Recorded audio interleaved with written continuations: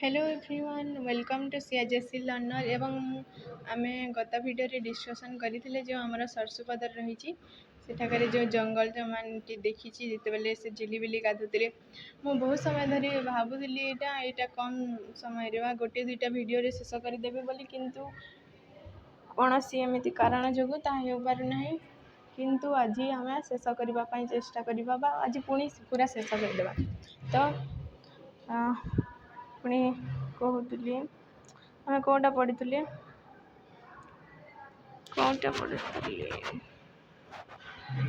तो ये जंगल जमानर आखिरे केमिति निया जाली उठी उठी बड़ छाती एका जगार ठिया हुई चाह रही ना जंगल जमान जिते बेले थिला झिलिबिली जिते बेले गाधोले तो गोटे परंपरा से सेमिति गाधोइबे तांकर जातिर समस्ते सेमिति स्त्री लोक सेमिति बिना वस्त्र गाधो था तो ठीक सेपरी से झिलिबिली गाधोथिबा बेले से जंगल जमानटी देखिथिला एवं कौन होइथिला ना से रागी जाइथिला एवं ता आखिरे निया जड़ेला परी से एमिति बड़ बड़ आँखि करके झिलिबिली को अनेला एवं छाती धड़ पर गोटे जगार ठिया है खाली पूरा सीधा भाव ना जिते पर्यंत झिलिबिली घर को न चली जाती से पर्यंत अनेइथिला चाही रहिला एवं से रागरे पूरा थर थर हो जाए तापर सिटी मारी मारी बुलाणी बाटरे से गाँ को चल यहाँ आम पढ़ीला बोधे तो आमर जो सिटी कौन पर सिटी मारे ना झिलिबिली को सिटी मारिला ना झिलिबिली को सिटी मारिनी से कौन है ना से गाँ जेहेतु से जंगल जमान बा से जंगलर रक्षक तेणु से निश्चय भाव में गोटे सिटी रखिब ना तुम्हें देखीदेव जे एमती जो हाथी भालू आसी जाती के गाँ को जो शीत मसरे कुड़ी से जो आमर फॉरेस्ट ऑफिसर माने आसती से माने एमती करती आम गाँव भी थोड़े एमती होता आम पाखरे आम खेत लगी अच्छी तो सेटारे अंधार एमती आसी गोटे आसीला बोधे गोटे भालू जे समस्ते घोड़ाबे लगी फॉरेस्ट ऑफिसर को डाकिले आसला एवं से गोटे सिटी रखीला सिटी मारी मारी बोले सी जिते बोले सिटी मारे से जीवजंतु सब डर चली जाती सेमती कला तो सेमिति जो से सिटी मारी मारी गाँ भीतर को चलला किए ना जंगल जमान से हरड़ क्यों चढ़ी से खोजुला ना हरड़ चढ़ी एवं से जिते बेले गला गाँ भीतर से बेले सब हरड़ चढ़ी लुचि सारी बसा को जाई सारी पाग बिगड़ी गला कांधरे बंदूकर बोझ एवं से कांधरे कौन धरी गोटे बड़ बंदूक धरी जहाँ बेसी परिमाण ओजनिया थिला भारी मन होता गाँर नायक बा गाँ मुंडियाल बा आम गाँव में जमी गोटे गोटे सरपंच थांती बा गाँर मुखिया थांती ठीक से परी जो सरसुपदार गाँव में थे जड़े से गाँर मुंडियाल बा मुखिया से कहुपे तो से ताको कौन कहला ना नायक कहला एवं घर पिंडारे गोरुर थाटी बंधा जंगल जमार छाणी और जिते बेले जंगल जमान जो आसे सरसुपदार गाँ को आसे से बेले कौन हुए ना जो नायकर पिंडा थिला से पिंडारे तार छाउणी पड़ेगा सेठारे से रहे रहे माने से बसे कहीपर नायक खजाना असूल कले राजा घुअर रिविणी रेवेन्यू इन्स्पेक्टर अमीन को दी और जिते बेले नायक जो थाए जो आमर गाँर मुंडियाल यहाँ एक मार्किया क्वेश्चन आसे नायक किए ना नायक हो गाँ मुंडियाल एवं से रिविणी अर्थात से जो आम पूर्वर भी आलोचना करथिले जे जिते बेले से किए जदि जंगल काटिदेला साल गछ काटिदेला ताहेले ताकु टिकस पड़ुला एवं किए जदि हल जदि छाड़ीदेला ताकु मध्य टिकस पड़ुला तो ठीक से ही परी जो जेते खजना असूल करुला से नायक जनक खजना असूल करुला एवं से रजाघर रिविणी जे रेवेन्यू इन्स्पेक्टर बा जे रेवेन्यू कलेक्ट करुले बा टिकस जो खजना असूल करने जड़े ऑफिसर थिले ताको कहा जाता रिविणी अमीन को दिए से अमीन को कौन दिए ना सी जो रेवेन्यू कलेक्ट करवा जो खजाना कलेक्ट करे गाँर खबर अंतर सरकार रे बढ़ाए एवं गाँर खबर ना गाँर खबर कौन ना गाँव में केमिति असुविधा कौन सी परिमाण असुविधा कौन सी प्रकार असुविधा होची कि एवं के गछ काटी देछि बा समय बाला जो ରହୁଛନ୍ତି ଘରରେ ସେମାନେ ସେ ଗାଁରେ ଯେଉଁ ରହୁଛନ୍ତି ଲୋକ ସେମାନେ ସବୁ ସୁବିଧାରେ ଅଛନ୍ତି କି ନାହିଁ ବା ଗାଁର ହାଲଚାଲ ସବୁ କାହାକୁ ଜଣାଏ ନା ସରକାରଙ୍କୁ ଜଣାଏ। ତେଣୁ ରଇତମାନଙ୍କ ଠାରୁ ସେ ଟିକେ ଉଚ୍ଚରେ ସେ। ତେଣୁ ସମସ୍ତଙ୍କର ସବୁ ରଗଡ଼ ପାଇଁ ମୁଝାମ୍ ସେ। ଏବଂ ସେ ସମସ୍ତେ ଅର୍ଥାତ୍ ସେମାନେ ଯେଉଁ କାମ ବି କରିଥିଲେ ସବୁଥିରେ ପ୍ରଥମେ କାହାକୁ ପରମିସନ୍ ମାଗିବାକୁ ପଡ଼ୁଥିଲା ନା ପ୍ରଥମେ ପରମିସନ୍ ମାଗିବାକୁ ପଡ଼ୁଥିଲା ସେ ଯେଉଁ ରିବିଣି ଥିଲା ତାଙ୍କୁ ପରମିସନ୍ ମାଗିବାକୁ ପଡ଼ୁଥିଲା। ଅଧିକାରୀ ଆସିଛନ୍ତି ଗାଁ ପିଣ୍ଡା ବସାରେ, ନାୟକ ପିଣ୍ଡା ବସା। ଏବଂ ଅଧିକାରୀ ଆସିଲେ, ଅଧିକାରୀ କହିଲେ କିଏ ନା ଜଙ୍ଗଲ ଜମାନ ଯେଉଁ ସିଟି ମାରି ମାରି ଯେଉଁ ଆସିଲା ବ୍ୟକ୍ତି ଜଣକ ସେ ନାୟକର ପିଣ୍ଡାରେ ବସା ମାରିଲା, ନାୟକର ପିଣ୍ଡାରେ ବହିଲେ। ତାପରେ କ'ଣ ହେଲା ନା ଗୌରବ ଦେଖାଇ କୋପୁନି ଖଣ୍ଡାଇ, ଏଇଟା ପଢ଼ିଥିଲା ଆମେ, ପୁଣି ଥରେ ଡିସ୍କସ୍ କରିଦେବା, ତୁମର ରିଭିଜନ୍ ବି ହେଇଯିବ। ଗୌରବ ଦେଖାଇ କୋପୁନି ଖଣ୍ଡି ଉପରେ ପୁରୁଣା କୋଟ୍ ଖଣ୍ଡିଏ ସେ ପିନ୍ଧିଲା। କିଏ ପୁରୁଣା କୋଟ୍ ଖଣ୍ଡିଏ ପିନ୍ଧିଲା ନା ସିଏ ଆମର ଯେଉଁ ନାୟକ ଥିଲା ସେ ଗୋଟିଏ ଗୌରବ ଦେଖାଇବା ପାଇଁ ନା ସେ ନାୟକ ବୋଲି ଗୌରବ ଦେଖାଇବା ପାଇଁ। ସେତେବେଳେ କ'ଣ ସୁଟ୍ ମିଳୁଥିଲା କି ଏମିତି ଯେଉଁ ବ୍ଲେଜର୍ ପିନ୍ଧିକି ବାହାରିବ? ସେମାନଙ୍କର କ'ଣ ଥିଲା ନା ପାଞ୍ଜିଆ ଥିଲା ଏବଂ ପୁରୁଣା କୋଟ୍, ଯାହା ପୁରୁଣାର ଗୋଟେ ପୁରୁଣା କୋଟ୍ ଖଣ୍ଡିଏ ପିନ୍ଧିକି ବାହାରିଲା, ମୁଣ୍ଡରେ ପଗଡ଼ି ଭିଡ଼ିଲା ଏବଂ ସେ ମୁଣ୍ଡରେ ଗୋଟିଏ ପଗଡ଼ି ବାନ୍ଧିଲା। ତାପରେ ଫିଙ୍କା ଟାଣି ବା ଶାଲ ଗଛର କାହାଳି ପୁଞ୍ଜାଏ ଉଙ୍କି ମାରୁଥାଏ ଏବଂ ସେ ପିକା ଟାଣି ବା ଶାଲପତ୍ରର କାହାଳି, ସେ ଶାଲପତ୍ରର ଗୋଟିଏ କାହାଳି ଧରିକି ବା ଯେଉଁଠାରେ ବିଡ଼ି ପାରେ, ପ୍ରଥମେ ଆମର ଆଗର ଯେଉଁ ରାଜା ମହାରାଜାମାନେ ଥିଲେ ସେମାନେ ବି କାହାଳିର ବ୍ୟବହାର କରୁଥିଲେ। ସେମିତି ଗୋଟିଏ କାହାଳି ଧରି ସେ ଆସିଲା, ଉଙ୍କି ମାରୁଥାଏ। ତାପରେ ମୁଣ୍ଡରୁ ଅଣ୍ଟା ତଳକୁ ଭାଙ୍ଗିଯାଇ ଦୁଇ ହାତରେ ଅଧିକାରୀଙ୍କ ପାଦ ଛୁଇଁ ମୁଣ୍ଡରେ ମାରି ନାୟକ ଗଦଗଦ ହୋଇ କହିଲା। ଏବଂ ସେ କ'ଣ କଲା ନା ମୁଣ୍ଡ ତଳ ବୋଲେ ଅଣ୍ଟା ତଳ କରି, ଯେଉଁ ଆମର କୋରିଆନ୍ ଦେଶର ଲୋକ ଜାଣିଥିବ, ଯେଉଁମାନେ BTS ଦେଖନ୍ତି ନା କୋରିଆନ୍ର କେମିତି ପ୍ରଣାମ କରନ୍ତି ନା ଅଣ୍ଟା ତଳ କରି ପ୍ରଣାମ କରନ୍ତି, ଠିକ୍ ସେହିପରି ସେ ଅଣ୍ଟା ତଳ କରି ପ୍ରଣାମ କଲା ଏବଂ କାହାର ନା ଅଧିକାରୀର ଦୁଇ ପାଦକୁ ଛୁଇଁ ମୁଣ୍ଡରେ ମାରିଦେଲା। ପାଦକୁ ଛୁଇଁକି ମୁଣ୍ଡରେ ମାରି ସେ ଗଦଗଦ ହୋଇ କହିଲା ବା ସେ ହସ ହସ ହୋଇ କହିଲା, ଜୁହାର ଗାରଡ଼ ମହାପ୍ରଭୁ ତୁମର ପାଦୁକା ଶୀତଳ ଥାଉ। ସେ କ'ଣ କହିଲା ନା ଜୁହାର ଗାରଡ଼, ତାଙ୍କର ଏଇଟା ଆଦିବାସୀ ଶବ୍ଦର ବର୍ଣ୍ଣନା କରାଯାଇଛି। ମହାପ୍ରଭୁ ତୁମର ପାଦୁକା ଶୀତଳ ଥାଉ ବା ତୁମର ଆଶୀର୍ବାଦ ସବୁବେଳେ ଆମ ଉପରେ ଥାଉ। ଏଇଟା ମଧ୍ୟ ଏକ ମାର୍କିଆ କ୍ୱେଶ୍ଚନ୍ ଆସେ ନା। ଅଧିକାରୀଙ୍କର ପାଦ ଛୁଇଁ ନାୟକ ଜଣକ ଗଦଗଦ ହୋଇ କ'ଣ କହିଲା ନା ସେ କହିଲା, ଜୁହାର ଗାରଡ଼ ମହାପ୍ରଭୁ ତୁମର ପାଦୁକା ଶୀତଳ ଥାଉ।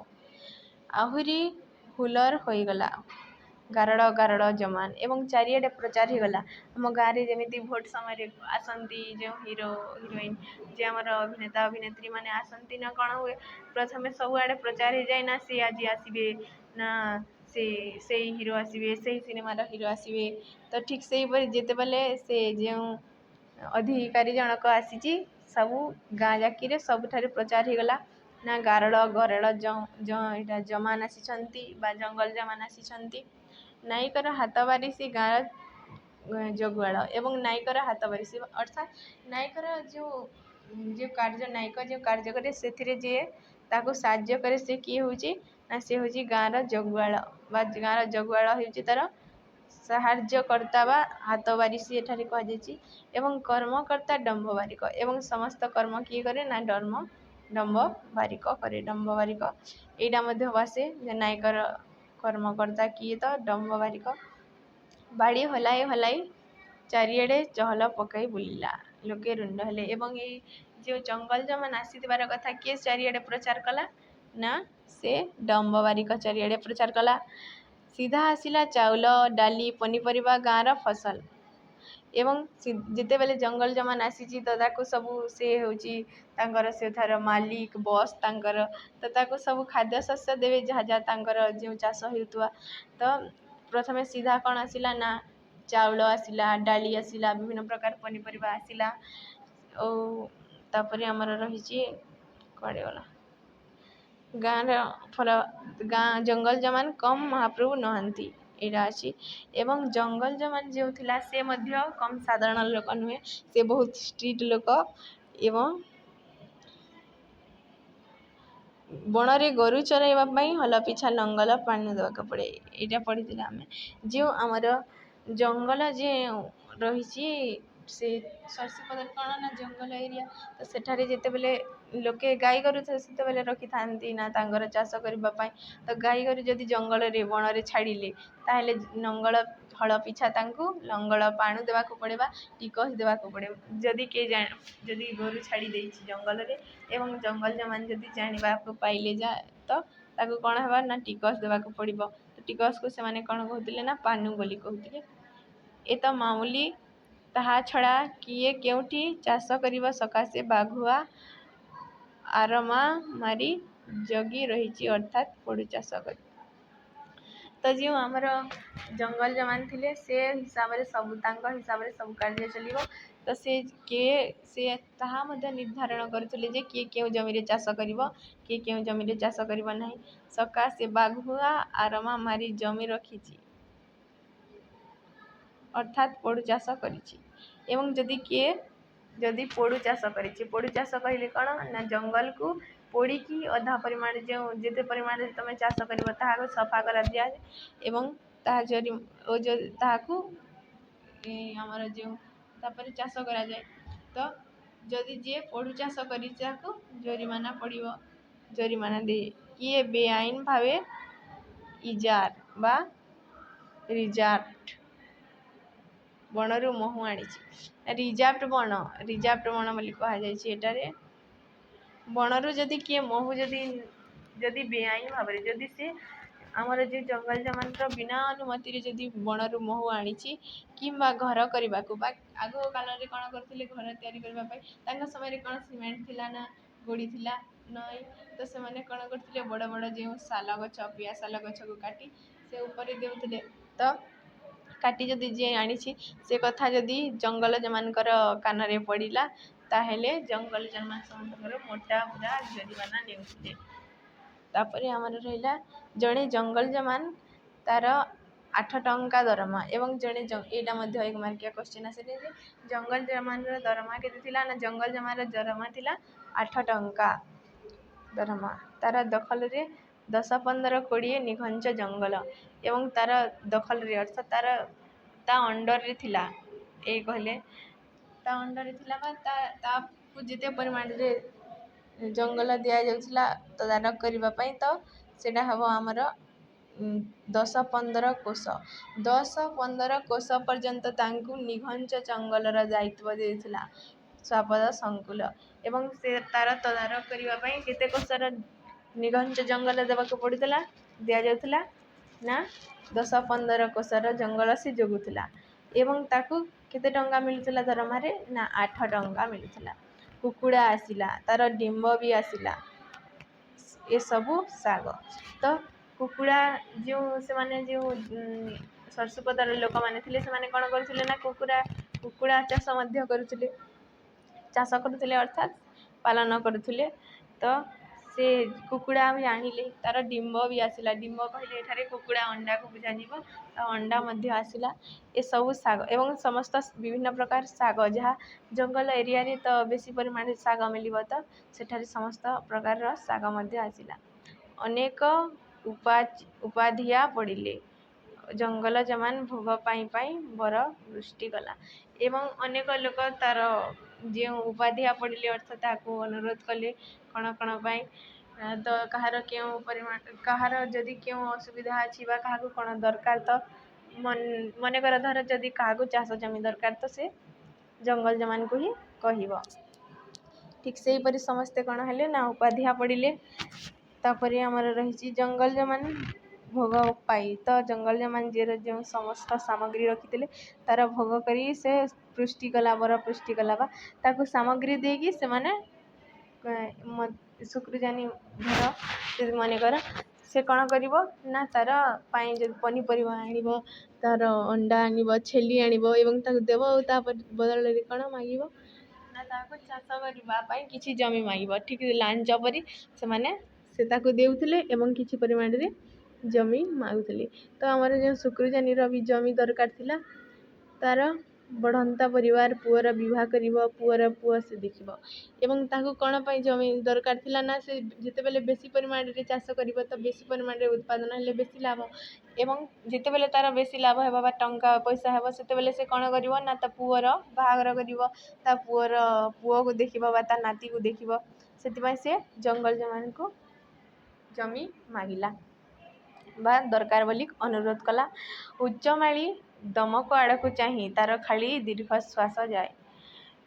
ଏବଂ ଉଚ୍ଚମାଳି ଦମକ ଆଡ଼କୁ ଯାଇବା ତାର ଖାଲି ସେ ଉପରକୁ ଚାହେଁ ଏବଂ ତାର ଦୀର୍ଘଶ୍ୱାସ ଯାଉଥିଲା। ଯେତେବେଳେ ସେ ଦୀର୍ଘଶ୍ୱାସ ଯାଇବ ତ ଶୀଘ୍ର ଶୀଘ୍ର ସେ ନିଶ୍ୱାସ ପ୍ରଶ୍ୱାସ ନେଉଥାଏ ଏବଂ ସେ ଜଙ୍ଗଲ ଜମାନ ଆଡ଼କୁ ଚାହିଁଲା।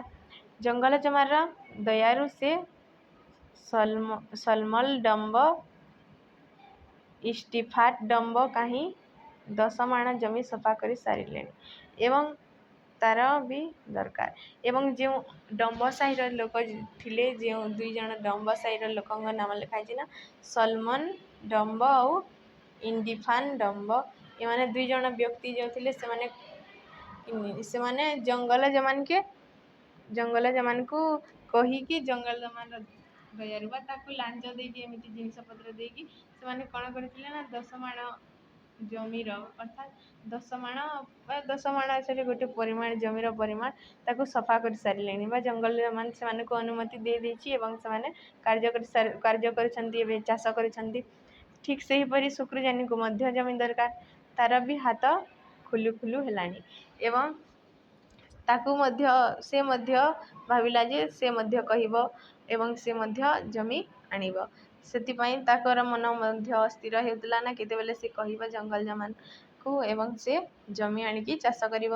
ଶୁକ୍ରଜାନିର ବଡ଼ ବଡ଼ କାଠ ଦରକାର ଓ ସେ ଆହୁରି ଘର ତୋଳିବ। ପୁଅମାନେ ବିବାହ ହେଲେ ନିଆରା ଘରେ ରହିବେ। ଏବଂ ଶୁକ୍ରଜାନି କ'ଣ କରିବ ନା, ତାକୁ ବଡ଼ ବଡ଼ କାଠ ମଧ୍ୟ ଦରକାର, କାରଣ ସେ ଯେଉଁ ଆମର ନୂଆ ଘର ତୋଳିବ। ନୂଆ ଘର କାହିଁକି ତୋଳିବ ନା, ତା ପୁଅ ବିବାହ କଲେ ସେ ନିଆରା ଘରେ ରହିବ ବା ଏକୁଟିଆ ରହିବେ। ତା ପୁଅ ତା ସ୍ତ୍ରୀ ଏବଂ ତାର ପିଲା ଛୁଆ ଅନ୍ୟ ଘରେ ରହିବେ। ସେଥିପାଇଁ ତାକୁ କାଠ ଦରକାର ଘର ତୋଳିବା ପାଇଁ। ଏବେ ପରଜା ସମାଜର ରୀତି ଓ ପରଜା ସମାଜର ରୀତି, ଏଇଟା ମଧ୍ୟ 1 ମାର୍କିଆ କ୍ୱେଶ୍ଚନ୍ ଅଛି ନା। ପରଜା ସମାଜର ରୀତି କ'ଣ ନା, ପରଜା ସମାଜର ରୀତି ହେଲା ପୁଅମାନେ ବିବାହ ହେଲେ କ'ଣ କରନ୍ତି ନା ନିଆରା ଘରେ ରହିବେ ବା ନିଆରା ଘରେ ରହନ୍ତି। ତାହା ହେଉଛି ପରଜା ସମାଜର ରୀତି। ଦିନ ଦିପହର ଯୋଡ଼ିଏ କୁକୁଡ଼ା 3ଟି ପଣସ ଧରି ଜଙ୍ଗଲ ଜମାନ ପାଖେ ଯାଇ ଶୁକ୍ରଜାନି ବାଧିଆ ପଡ଼ିଲା। ଏବଂ ଯେଉଁ ଶୁକ୍ରଜାନି କ'ଣ କଲା ନା, ଦିନ ଦିପହରରେ ବା ଦିପହର ସମୟ ମଧ୍ୟାହ୍ନ ସମୟରେ ସେ କ'ଣ କଲା, ଯୋଡ଼ିଏ କୁକୁଡ଼ା ବା 2ଟି କୁକୁଡ଼ା 3ଟି ପଣସ ଧରି, ଏଇଟା ମଧ୍ୟ ଆସିପାରେ ନା, ସେ କ'ଣ ଧରି ଯାଇଥିଲା ତ ସେ ଯୋଡ଼ିଏ କୁକୁଡ଼ା ଏବଂ 3ଟି ପଣସ ଧରି ଜଙ୍ଗଲ ଜମାନଙ୍କର ପାଖେ ଯାଇ ଅଧିଆ ପଡ଼ିଲା ବା ଜଙ୍ଗଲ ଜମାନଙ୍କୁ ଅନୁରୋଧ କଲା ଚାଷ ଜମି ପାଇଁ। ପରଜା ବିନୟ ଭଙ୍ଗୀରେ କହିଲା, ମହାପ୍ରଭୁ ତୁ ଦୟା ନ କଲେ ଆମେ ମରିଯିବୁ ନାଇଁ କି। ଓ ସେ କ'ଣ କହିଲା, ଏଇଟା ମଧ୍ୟ ପଡ଼େ ଶୁକ୍ରଜାନି ସେ ଯେଉଁ ଉପାଧିଆ ପଡ଼ି କ'ଣ କହିଲା ଜଙ୍ଗଲ ଜମାନଙ୍କୁ ନା, ମହାପ୍ରଭୁ ତୁ ଦୟା ନ କଲେ ଆମେ ମରିଯିବୁ ନାଇଁ କି। ଜଙ୍ଗଲ ଜମାନ ତୁନି ହୋଇ ରହିଲା ବା ଜଙ୍ଗଲ ଜମାନ ଚୁପ୍ ହୋଇ ରହିଲା। ଅଣ୍ଟାରୁ ଯୋଡ଼ିଏ ଟଙ୍କା କାଢ଼ି ତଳେ ଥୋଇ ଦେଇ ହାତ ଯୋଡ଼ି ଶୁକ୍ରଜାନି ନିବେଦନ କଲା ନା, ତା ଅଣ୍ଟାରୁ ସେ ଲାଞ୍ଚ ଦେବା ଅର୍ଥରେ କ'ଣ କଲା ନା, ତା ଅଣ୍ଟାରୁ ଯୋଡ଼ିଏ ଟଙ୍କା ବା କିଛି ପରିମାଣରେ ଟଙ୍କା ତଳେ ଥୋଇଦେଲା ଏବଂ ହାତ ଯୋଡ଼ି ନିବେଦନ କଲା, ମହାପ୍ରଭୁ ବୋଲି କହିଲା। ଏଠାରେ 2ଙ୍କର ଯେଉଁ ସଂଳାପ ରହିଛି ତାକୁ ବର୍ଣ୍ଣନା କରାଯାଇଛି। ତ ପ୍ରଥମେ କହିଲା ମହାପ୍ରଭୁ, ତ ଯେଉଁ ଜଙ୍ଗଲ ଜମା ରହିଥିଲା ସେ କହିଲା କ'ଣ କହୁଛୁ ମହାପ୍ରଭୁ, ହାଣିବି ନା। ଏଠାରେ ବୋଲେ ତାକୁ କାଠ ମଧ୍ୟ ଦରକାର ଥିଲା ନା, ସେ ତେଣୁ କାଠ ହାଣିବା କଥା କହିଛି। ଏଠାରେ କ'ଣ କହୁଛୁ ମହାପ୍ରଭୁ, ହାଣିବି ନା ବୋଲା। ତ ତାପରେ ଯେଉଁ ଆମର ଜଙ୍ଗଲ ଜମାନ ଥିଲା ସେ କ'ଣ କହିଲା, ହଉ କହିଲା ବା ସେ ଅନୁରୋଧ ଯେଉଁ କରିଥିଲା ଶୁକ୍ରଜାନି ତାକୁ ହଁ କହିଲା। ତାର କାମ ସରିଗଲା। ଶୁକ୍ରଜାନିର ଆନନ୍ଦ ରଖିବାକୁ ଜାଗା ନାହିଁ। ତ ଯେତେବେଳେ ସେ ଜଙ୍ଗଲ ଜମାନ ତାକୁ ଅନୁମତି ଦେଇଛି, ସେ ନିଶ୍ଚୟ ଭାବରେ ଆନନ୍ଦିତ ହେବ, କାରଣ ତା ନୂଆ ଜମି ପାଇଲା ଏବଂ ସେ ଚାଷ କରିବ। ତ ସେ ଆନନ୍ଦିତ ହେଲା। ଖୋଜେକେ ଦି ପାହୁଣ୍ଡ ଡେଇଁ ସେ ଘରକୁ ଫେରିଲା। ଏବଂ ସେ ଆନନ୍ଦରେ ଡେଇଁ ଘରକୁ ଫେରିଲା। ଖିଆପିଆ ସାରି ପୁଟୁଲା ବୁଜୁଲା ବାନ୍ଧି ଜଙ୍ଗଲ ଜମାନ୍ ଛାଉଣି ଉଠେଇ ନେଲା। ଏବଂ ସେ କ'ଣ କଲା, ଜଙ୍ଗଲ ଜମାନଙ୍କୁ ଯେଉଁ ବିଭିନ୍ନ ପ୍ରକାର ଖାଦ୍ୟ ଶସ୍ୟ ଦେଇଥିଲେ, ଧାନ ଚାଉଳ ଦେଇଥିଲେ, ତାକୁ ବୋହି ନେବା ପାଇଁ ଜଣେ ଦରକାର। ଯେମିତି ତ ତାକୁ କିଏ ବୋହି ନେଇକି ଯାଉଥିଲା ସବୁଥର, ତାକୁ ବୋହିକି ଯାଉଥିଲା ଶୁକ୍ରଜାନି। ତ ଶୁକ୍ରଜାନି ତାର ଯେଉଁ ଛାଉଣି ଥିଲା ତାକୁ ଉଠେଇ ନେଲା ଏଣିକି ଆଉ ଗୋଟିଏ ଗାଁ। ଏବଂ ସେ ଆଉ ଗୋଟିଏ ଗାଁକୁ ଶୁକ୍ରଜାନି ତାର ସମସ୍ତ ଜିନିଷପତ୍ର ନେଇକି ଗଲା। ଜିନିଷ ବୋହିବାକୁ 4 ଜଣ ଭେଣ୍ଡିଆଙ୍କୁ ବିଲରୁ ଉଠାଇ ଆଣି ବାରିକ ହାଜର କଲା। ଏବଂ ଯେଉଁ ଜିନିଷ ଥିଲା ତାକୁ ବୋହିବା ପାଇଁ ମଧ୍ୟ ଯେଉଁ ଥିଲେ ସେ ବାରିକ ଥିଲେ, ସେମାନେ କ'ଣ କଲେ ନା ଭେଣ୍ଡିଆଙ୍କୁ ବିଲରୁ ଉଠାଇ ଆଣି ତାକୁ କହିଲେ ନା, ଭେଣ୍ଡିଆମାନଙ୍କୁ କହିଲେ ନା ଯେ ତମେ ତା ଜିନିଷପତ୍ର ଉଠେଇକି ଟିକେ ନେଇଯାଅ। ବୋଝ ଉଠିଲା, ବୁଜୁଳି ଉଠିଲା, କାନ୍ଧରେ ବନ୍ଧୁକ ପକେଇ ଜଙ୍ଗଲ ଜମାନ୍ ଉଠିଗଲା। ତ ଯେଉଁ ବୋଝ ଉଠିଲା ବା ସବୁ ସାମାନ ଯେଉଁ ଜିନିଷ ଥିଲା ତାକୁ ବୁହାଗଲା। ଏବଂ ଜଙ୍ଗଲ ଜମାନ୍ କ'ଣ କଲା ନା, କାନ୍ଧରେ ବନ୍ଧୁକ ପକାଇ ସେ ମଧ୍ୟ ଉଠିକି ଚାଲିବାକୁ ଲାଗିଲା। ଛାଇ ଲେଉଟା ବେଲ କହିଲେ ମଧ୍ୟାହ୍ନ ସମୟ ପାଖାପାଖି ଶେଷ ହୋଇଯାଇଛି। ଯେଉଁ ଆମର ସନ୍ଧ୍ୟା ସମୟ, ଗାଁ ତୁଠରେ ଝିଲିବିଲି ଶାଗ ଦେଉଥାଏ। ଏବଂ ଗାଁ ତୁଠରେ କ'ଣ କରୁଥାନ୍ତି, ଝିଲିବିଲି ଯେଉଁ ଥିଲେ, ଝିଲିବିଲି 2 ଭଉଣୀ, ସେମାନେ ଗୁଦି ଶାଗ ଦେଉଥାନ୍ତି। ଏଇଟା ମଧ୍ୟ ପରେ ଗୁଦି ଶାଗ, ଯେ ଝିଲିବିଲି ଗାଁ ତୁଠରେ କେଉଁ ଶାଗ ଦେଉଥିଲେ ନା ଗୁଦି ଶାଗ ଦେଉଥିଲେ। ଝୋଲା ସେ ପାଖ ଅଟକି ରହି ଜମାନ୍ ହାଙ୍କିଲା। ଏବଂ ଜମାନ୍ ଯେଉଁ ଥିଲା ସେ ଜମାନ୍ ପୁଣି ଅଟକି ଗଲା ଯେଉଁଠାରେ ଯେଉଁ ଝିଲିବିଲି ଶାଗ ଦେଉଥିଲେ। ଏବଂ ସେ କହିଲା, ଏ ନନି ଅର୍ଥ ଟୋକି ବା ତାହା ଆଦିବାସୀ ଅର୍ଥରେ କହିଛି। ଏ ନନି କାଏଁ କରୁଲେ, ତ କ'ଣ କରୁଛୁ କହିଲା। ତ ସେ ଯେଉଁ ଆମର ଝିଲିବିଲି ଥିଲେ ସେମାନେ କ'ଣ ଉତ୍ତର ଦେଲେ, ଶାଗ ବାବୁ। ତ ସେ କହିଲେ ନା, ଆମେ ଶାଗ ଧୋଇଛୁ। ଶାଗ ବାବୁ ବୋଲି କହିଲେ। ଦେଇସା ତାପରେ ଯେଉଁ ଆମର ଜଙ୍ଗଲ ଜମାନ୍ ଥିଲା ସେ କହିଲା, ଦେବୁ କି? ଏତେ ଶାଗ ନେଲୁ, ଗୁଦି ଶାଗ କ'ଣ କରିବୁ ବାବୁ? ଝିଲି ହସିଲା। ଏବଂ ସେ ଯେଉଁ ଝିଲି ଥିଲା ସେ କହିଲା, ନା ଏତେ ଶାଗ ନେଲୁ। ସମସ୍ତେ ତାକୁ ଶାଗ ଦେଇଥିଲେ ବିଭିନ୍ନ ପ୍ରକାରର। ତ ସେ କହିଲା, ଏତେ ଶାଗ ନେଲୁ ଏବଂ ଏ ଗୁଦି ଶାଗକୁ ନେଇକି କ'ଣ କରିବୁ? ଆହୁରି କେତେ ଟୋକି ପାଣିକି ଓହ୍ଲେଇବାକୁ ଅତଡ଼ାରୁ ଗଡ଼ିଲେ। ଜମାନ୍ ଭାବିଲା, ଆଜି ଏତିକି। ଏବଂ ସେ କହିଲା, ଜଙ୍ଗଲ ଜମାନ୍ କହିଲା, ହଁ ଆଜି ପାଇଁ ଏତିକି ନେବି। ତ ତାପରେ ସେ ବାଟ ଧରିଲା ବା ସେ ଯିବାକୁ ଲାଗିଲା। ଝୋଲା ତୁଠରେ ଟୋକିମାନେ ଜମିଲେ। ଏବଂ ଝୋଲା ଟୋକରେ ଯେଉଁ ଝୋଲା ତୁଠ ଥିଲା, ଯେଉଁ ନଦୀ ଯାଇଥିଲା, ସେଠାରେ ସମସ୍ତ ଝିଅମାନେ ଏକଜୁଟ ହେଲେ। ଜିକି ଜିକି ମୁହଁକୁ ଛଲ ଛଲ ହସ, ରହସ୍ୟ କରିବା ହସିବା ଏମାନଙ୍କର ସ୍ୱଭାବ। ଏବଂ ଯେଉଁ ଝିଅମାନେ ଥିଲେ ତାଙ୍କର ଏଠାରେ ସୌନ୍ଦର୍ଯ୍ୟ ବର୍ଣ୍ଣନା କରାଯାଇଛି ବା ଜିକି ଜିକି ମୁହଁ ବା ସୁନ୍ଦର ମୁହଁ, ଛଲ ଛଲ ହସ, ତାଙ୍କର ହସକୁ ଛଲ ଛଲ ଭାବରେ ଏଠାରେ ବର୍ଣ୍ଣନା କରାଯାଇଛି। ରହସ୍ୟ କରିବା ହସିବା ଏମାନଙ୍କର ସ୍ୱଭାବ। ଏବଂ ଯେଉଁ ଝିଅମାନଙ୍କର ଥିଲେ ସେମାନଙ୍କର ସ୍ୱଭାବ କ'ଣ ଥିଲା ନା, ସେମାନଙ୍କର ସ୍ୱଭାବ ଥିଲା ହସିବା। ଆଜି ଗାଁର ଗପ, ଜଙ୍ଗଲ ଜମାନ୍‌ର ଆବିର୍ଭାବ। ଏବଂ ସେ ଯେଉଁ ଝିଅମାନେ ଥିଲେ ସେମାନେ କ'ଣ କାହା ବିଷୟରେ ବର୍ଣ୍ଣନା କରୁଥିଲେ, ଅର୍ଥ କଥାବାର୍ତ୍ତା ହେଉଥିଲେ ନା, ଜଙ୍ଗଲ ଜମାର ଆବିର୍ଭାବ ବା ଜଙ୍ଗଲ ଜମା କେମିତି ଆସିଲା ସେ ବିଷୟରେ କଥା ହେଉଥିଲେ। ବଣ ହଣାହଣିର କଥା, ଜମିର କଥା, ସେ ସବୁ ବଢ଼ି ଆଉ ସେମାନେ କ'ଣ ନା, ଜଙ୍ଗଲ ହାଣିବା କଥା, ଜମି କଥା, ସମସ୍ତ କଥା ହେଉଥିଲେ। ଟୋକିମାନେ ତାର ଭାବାବେଗ ସମାଲୋଚନା କଲେ। ଏବଂ ଟୋକିମାନେ ତାର କ'ଣ କଲେ ନା, ଭାବାବେଗ ବା ଜଙ୍ଗଲ ଜମାନ୍ କିପରି ତାହା ସେମାନେ ସମସ୍ତେ ତାର ବିଷୟରେ କଥାବାର୍ତ୍ତା ହେଲେ। ମୋତେ ଅନାଉଥିଲା, ମୋର ପଛେ ପଛେ ଧାଉଁଥିଲା।